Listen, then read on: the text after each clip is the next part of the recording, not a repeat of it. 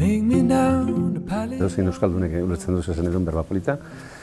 Baina, euskalitza latinetik hartua dago, eta izenburua latinez dago. Erretorika zaharrean erabiltzen zen terminoa adierazteko hitzen formari ere erreparatu behar zaiela. Ez bakarrik neurria edo erritmoa, baizik eta baita ere, nolakoak diren hitzak, itxurari, erreparatu behar zaiela, eta erabiltzen zuen termino hori, berba polita. Berez esan nahi du hitz lehunduak edo.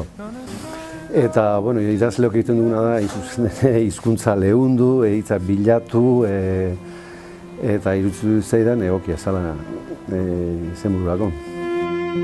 Liburu hasieran erabiltzen dut, Victor Hugoren aipamen bat esaten duena, Pasaian lan, dantza eta kanta egiten dela. Ez bakizuek gontzala hemen Euskal Herrian, Pasaian ez zuzen ere.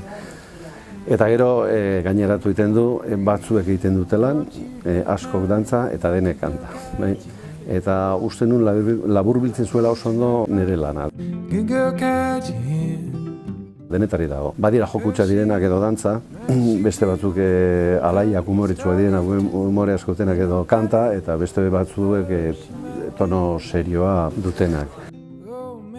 Eta nik uste hitzekin jolasten dugunean, seinale ona dela, hizkuntza osasuntsu dagoela, eta ez dugula bakarrik erabiltzen mezu formaletarako, narratiboa dira, oroak, denetari dago, baina euskarri moduan hartzen dut erritmoa eta musikaltasuna.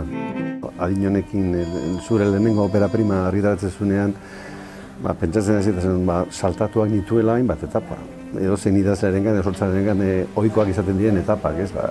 Orduan, aitzaki literario moduan hartu nuen hori eta planteatu nuen liburua nire lan guztien antologia bat izan balitz bezala, ez? Antologia hipotetiko bat.